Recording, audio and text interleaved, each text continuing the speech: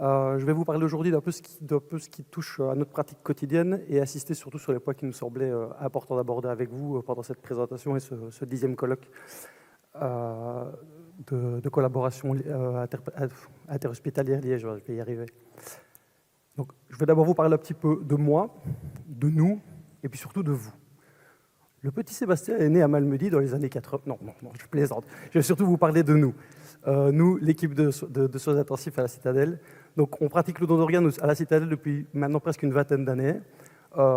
Grâce à Monsieur Michel Mathieu, on a la chance d'avoir une équipe de coordination locale de donneurs qui existe depuis 2016.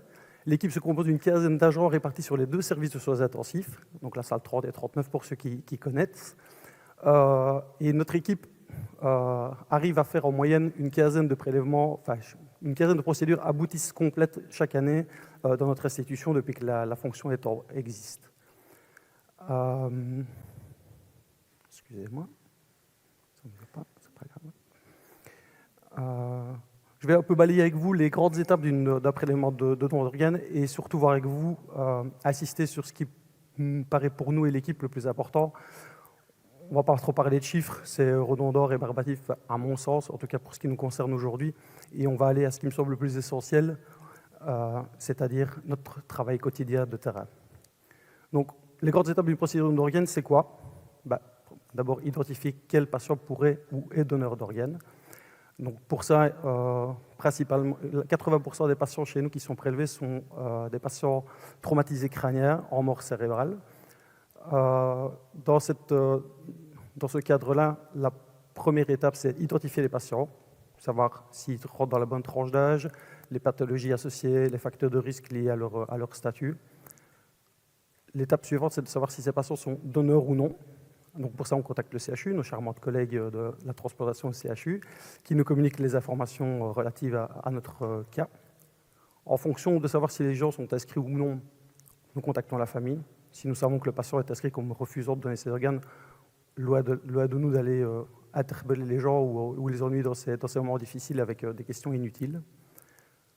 Si, au bout de la rencontre avec la famille, nous avons un accord sur un début de procédure, nous pouvons lancer notre procédure de don d'organes. Et là, je ne vais pas rentrer dans les détails, mais on rentre dans l'aspect un peu plus médico-infirmier brut qui varie d'une institution à l'autre, mais dans les grandes lignes, nous faisons plus ou moins tous la même chose. Donc, il faut caractériser les organes. Il y a une organisation de temps et de logistique qui se met en place avec le CHU, les salles d'opération, les salles de soins intensifs. Mais l'essentiel de notre travail, au fur et à mesure des années, on s'est aperçu que le principal de notre travail, c'était la prise en charge des proches. On ne parle pas spécialement de famille, puisque dans les proches, on va voir ça au sens large. Effectivement, il y a la famille proche, la fratrie, les parents, mais il y a aussi les enfants, il y a les amis proches, il y a beaucoup de personnes impliquées dans toute cette procédure, dans tous ces événements. Donc nous sommes là avant, pendant et après.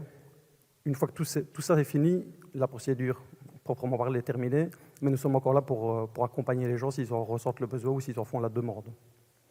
Donc qu'est-ce qui est important dans toutes ces grandes étapes? Je vais déposer ça. Donc la gestion administrative, effectivement, donc, comme je vous l'ai dit, la vérification au registre national, les avis de non-disposition du corps, ce qui est souvent très problématique dans la prise en charge des patients traumatisés, parce que vous avez un magistrat qui donne un avis consultatif au moment de l'accident, et on est quelques jours, parfois semaines après l'accident, et il est difficile de savoir qui avait donné ce premier avis, qui avait donné cette première décision. Comme je l'ai dit tout à l'heure aussi, nous sommes à relais, à pivot, entre le centre de transplantation du CHU, les équipes de soins intensifs, le bloc opératoire, nos collègues, les familles, les proches, et nous sommes un peu les gardiens du fait que toutes ces procédures se passent de la bonne manière et dans les meilleures conditions possibles et qu'ils soient pour les familles. Je le mets au gras, je le souligne, parce que je pense que c'est la partie la plus importante de notre métier. Finalement, c'est le soutien aux familles. On en vient au titre de ma présentation, qu'est-ce qui a changé à la Citadelle sur ces quelques dernières années? Antoine, magnifique, un de mes collègues. Depuis fin 2020, donc en pleine période de pandémie, nous avons introduit à l'hôpital de la Citadelle le dossier patient informatisé, appelé communément Métavision, ce qui a engendré beaucoup de changements et finalement des changements, à mon sens, très positifs. Donc on a la numérisation complète de tous nos documents médicaux infirmiers, administratifs, juridiques, toutes nos procédures. Toutes les informations relatives aux procédures se trouvent au même endroit. Donc avant, vous aviez un dossier médical, un dossier infirmier, un dossier d'assistante sociale, les prises de sang, tout était dispatché à différents endroits. Il était toujours compliqué d'avoir un dossier complet et avec toutes les informations qui concernaient un seul patient. Depuis qu'on a le système informatisé, nous avons un onglet spécifique don d'organes où toutes les informations s'y retrouvent. De là, l'autre côté positif et agréable pour nous, c'est que tout le monde, enfin toutes les personnes en tout cas, toutes les personnes impliquées dans la prise en charge ont accès aux données de la procédure. Donc chacun peut savoir où on en est, qui a été prévenu, ce qui a été fait, ce qui n'a pas encore été fait, ce qui reste à faire.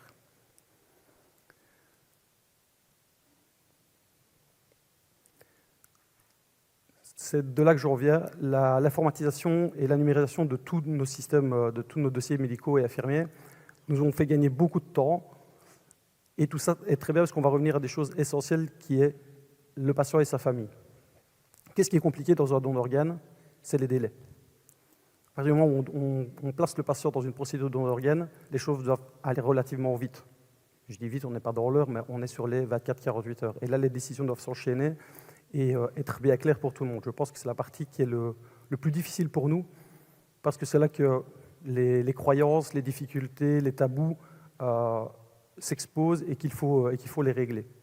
Donc entre le délai de réflexion très court pour les proches, la volonté du patient peu mal, voire non exprimée, les démarches administratives, comme Mme Sénépar a abordé juste avant, qui se sont simplifiées, mais qui restent encore pour la plupart de la population des choses un peu abstraites. Les lacunes aussi au sein des équipes soignantes et du personnel, les choses ne sont pas toujours très claires, même pour les collègues. La différence entre une mort cérébrale ou non, comment ça va réellement se passer. Notre travail est un peu un travail de l'ombre et il me semble important qu'on puisse se recentrer sur ce qu'est un don d'organes et ce qu'il est important de mettre en place pour que ça se déroule dans les meilleures conditions. On a bien sûr aussi la religion, les croyances ou les ethnies auxquelles appartiennent les patients qui peuvent être des facteurs des facteurs ne nous aidant pas à aboutir au bout de la procédure. Plusieurs pistes de solutions nous semblent envisageables et envisagées.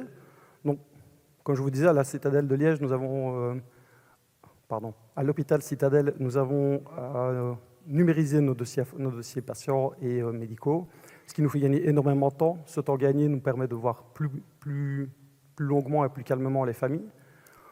Promouvoir le don et ses bénéfices, je pense que tout le monde en a parlé, on voit encore l'affiche derrière moi, effectivement, la prévention est, je pense, la meilleure manière d'avancer. Je sais qu'on a tous abordé le même sujet, je le répète aussi, mais inviter la population à exprimer sa volonté avant. J'aimais bien le sujet de Mme Sénépar parce que c'est une question rhétorique, je ne vous demanderai pas de répondre à la question, mais je pense que même dans l'Assemblée aujourd'hui, tout le monde n'a pas exprimé sa volonté directe ou indirecte d'être donneur d'organes. Si je me trompe, je m'en excuse, mais j'en suis quasiment certain. Faites-moi mentir, j'espère. En tout cas, je l'espère grandement. Briser les tabous aussi sur le don d'organes. Encore trop souvent, j'ai eu l'occasion de présenter un peu l'équipe à une formation de relais éducation du patient. Je me suis aperçu qu'en fait, même les collègues, même des soignants, ne se rendent pas du tout compte de ce qu'on fait ni de ce que ça implique. Elles m'ont parlé de boucherie, de charcuterie, ouais, mais non, les gens remontent tout démembrés dans des sacs. Non.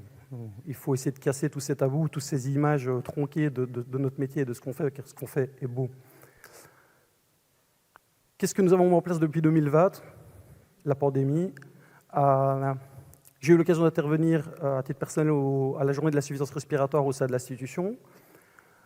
Nous avons sensibilisé le personnel via les réseaux sociaux, via une petite capsule vidéo que j'aurais voulu vous montrer, mais les aléas du direct vont m'en empêcher. Comme je viens de le citer, la présentation de la fonction locale de donneur à la journée des relais en éducation du patient a été très enrichissante. Des formations spécifiques des agents composant l'équipe. Donc, nous sommes en 2022. Nous avons un troisième agent qui suit une formation spécifique au Centre de recherche et d'études appliquées de la Haute École libre de Bruxelles. Au mois de février, avec ma charmante collègue Ulia, nous aurons la possibilité d'aller animer un stand à la journée CRUPS, comme on aime l'appeler, journée spécifique de soins intensifs pédiatriques, où nous animerons un stand pour les parents et les patients demandeurs d'informations.